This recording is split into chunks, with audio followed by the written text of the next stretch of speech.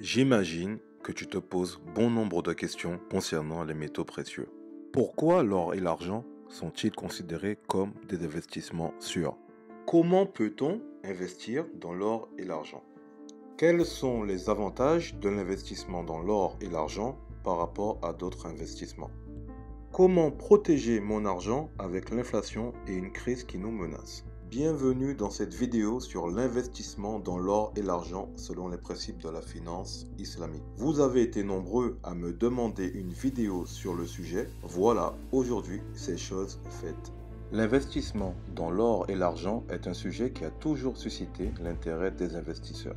Que ce soit pour se protéger contre l'inflation, diversifier leur portefeuille ou simplement pour stocker leurs richesses, les métaux précieux ont toujours été considérés comme des actifs tangibles sûrs. Dans cette vidéo, je vais essayer de répondre au mieux que je pourrai à ces questions et nous explorerons les différents aspects de l'investissement dans l'or et l'argent pour les investisseurs musulmans selon les principes de la finance islamique. Nous verrons comment les métaux précieux peuvent être utilisés pour diversifier un portefeuille d'investissement, comment la zakat s'applique à l'or et à l'argent, et comment les investisseurs peuvent s'assurer que leur investissement soit éthique et conforme aux principes de l'islam.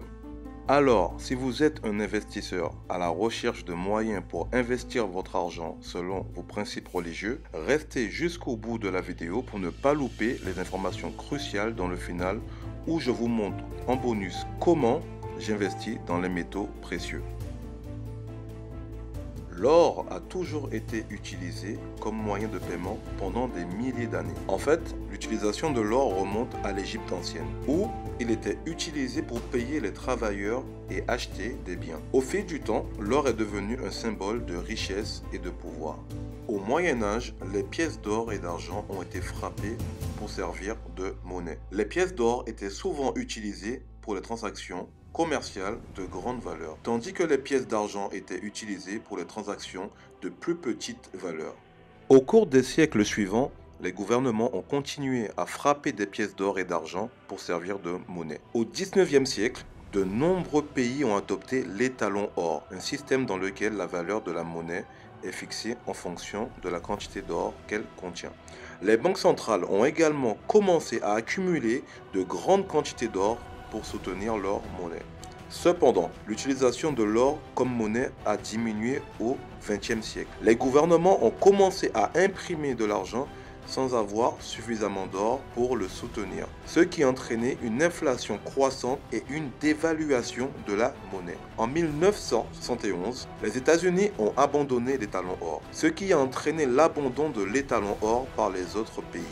Aujourd'hui, l'or est principalement utilisé comme investissement et comme couverture contre l'inflation et la volatilité des marchés financiers. Les bijoux en or continuent également d'être populaires, en particulier dans les cultures où l'or est un symbole de richesse et de statut social. L'histoire de l'or en tant que moyen de paiement est longue et riche. Bien que son utilisation comme monnaie ait diminué au cours des dernières décennies, l'or reste un symbole de richesse et d'investissement précieux. Dans la finance islamique, l'investissement dans l'or et l'argent est soumis à des règles et des principes stricts. Les principes de la charia exigent que les investissements soient réalisés de manière éthique et équitable, sans intérêt, sans spéculation excessive et sans transactions qui ne sont pas soutenues par des actifs tangibles. Les investissements dans l'or et l'argent sont considérés comme des actifs tangibles et peuvent donc être conformes à nos valeurs. Cependant, les investissements dans l'or et l'argent ne sont pas considérés comme halal par défaut. L'investissement dans l'or et l'argent est considéré comme une stratégie à long terme. Les investisseurs peuvent utiliser ces métaux précieux pour stocker leur richesse et la transmettre à leur descendance, ce qui en fait une option populaire pour les investisseurs musulmans qui cherchent à construire leur patrimoine. Il existe plusieurs options d'investissement dans l'or et l'argent, chacune avec ses propres avantages et risques. Vous devez comprendre ces différentes options avant de décider où investir votre argent. L'achat de métaux physiques tels que l'or et l'argent est l'une des options d'investissement les plus courantes pour les investisseurs. Vous pouvez acheter de l'or et de l'argent sous forme de pièces, de lingots ou de bijoux. L'achat de métaux physiques offre l'avantage d'avoir un actif tangible et peut offrir une protection contre l'inflation et la volatilité des marchés financiers. Mais attention, la détention de métaux physiques peut être risquée car vous vous exposez à des problèmes de stockage et de vol. Vous devez également être conscient des coûts associés à l'achat et à la vente de métaux physiques, tels que les frais de stockage et les commissions. Il est crucial pour vous de comprendre les avantages et les risques associés à chaque option avant de décider où investir votre argent. Les musulmans sont tenus de payer la zakat sur leurs richesses chaque année sous certaines conditions bien définies. La zakat est une obligation religieuse et sociale qui vise à aider les pauvres et les nécessiteux. La zakat doit être payée sur l'or et l'argent qui dépassent une certaine quantité. Cette quantité appelée nisab est déterminée en fonction du poids de l'or et de l'argent et du taux de change actuel. La zakat sur l'or et l'argent est de 2,5% de sa valeur marchande.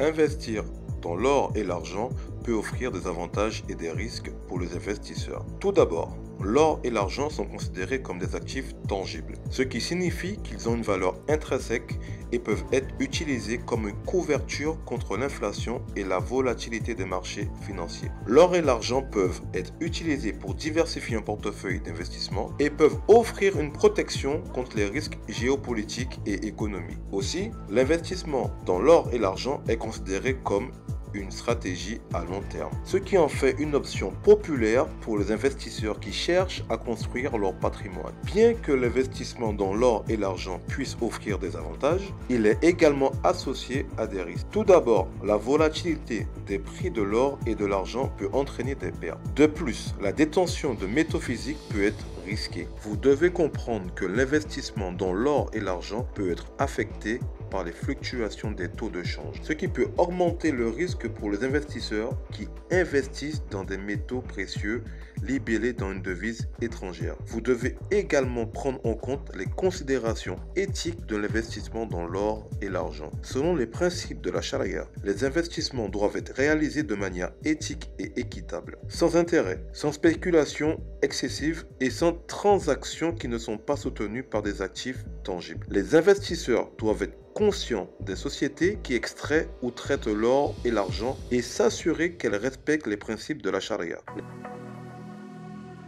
Il y a une bonne partie de la population qui a toujours cherché à avoir le contrôle sur l'argent, car l'argent que vous avez en banque ne vous appartient pas vraiment. Est-il normal de devoir se justifier lorsqu'on souhaite retirer un montant important de notre compte en banque? Est-ce normal que la banque puisse prêter mon argent et en plus générer de l'argent sur mon dos? Une banque musulmane digne de ce nom est toujours attendue, mais d'autres options existent. Rappelez-vous, à chaque crise, tout le monde se rue au guichet des banques et surprise, vous ne pouvez pas retirer votre argent ou au mieux, vous êtes limité à 50 ou 100 euros par jour. Veracash, la carte et le compte adossé aux métaux précieux. Voilà la solution que j'ai trouvée pour me débancariser tout en pouvant payer avec un sous-jacent en or et en argent. Je vous explique rapidement ce que c'est. Depuis 2012, Veracash rétablit l'or et l'argent métal comme moyen de paiement de tous les jours. Grâce à un compte adossé à des valeurs tangibles et une carte gratuite et sans commission utilisable partout dans le monde, vous pouvez rejoindre les milliers d'utilisateurs déjà sortis du système bancaire traditionnel sans avoir changé leur habitude. Vos métaux précieux sont convertibles à tout moment en devises avec la carte de débit Veracash. Contrairement aux banques, Veracash ne facture pas de commission sur les retraits et paiements avec la carte de débit Mastercard en dehors de la zone euro. Payer et envoyer de l'argent instantanément et sans frais. Il ne faut que quelques secondes pour que vos VRC soient reçus par le destinataire, quand les virements bancaires peuvent prendre jusqu'à 48 heures. Vous l'aurez compris, non seulement je peux avoir de l'or et de l'argent, et en plus, je peux payer avec ma carte Veracash qui convertit mes métaux précieux en euros de façon instantanée. Je vous mets un lien en description et épinglé dans les commentaires. En fin de compte, l'investissement dans l'or et l'argent doit être considéré comme un investissement à long terme. Les investisseurs doivent être prêts à assumer les risques associés à ces investissements et à investir dans des sociétés conformes à leurs principes. Aussi, l'investissement dans l'or et l'argent peut être un moyen de diversifier un portefeuille d'investissement et de se protéger contre l'inflation et la volatilité des marchés financiers. Je vous remercie d'avoir regardé cette vidéo jusqu'au bout et je vous invite à la liker et à la partager si elle vous a apporté de la valeur. N'oubliez pas aussi de vous abonner à la chaîne et d'activer les notifications pour être au courant des nouvelles vidéos.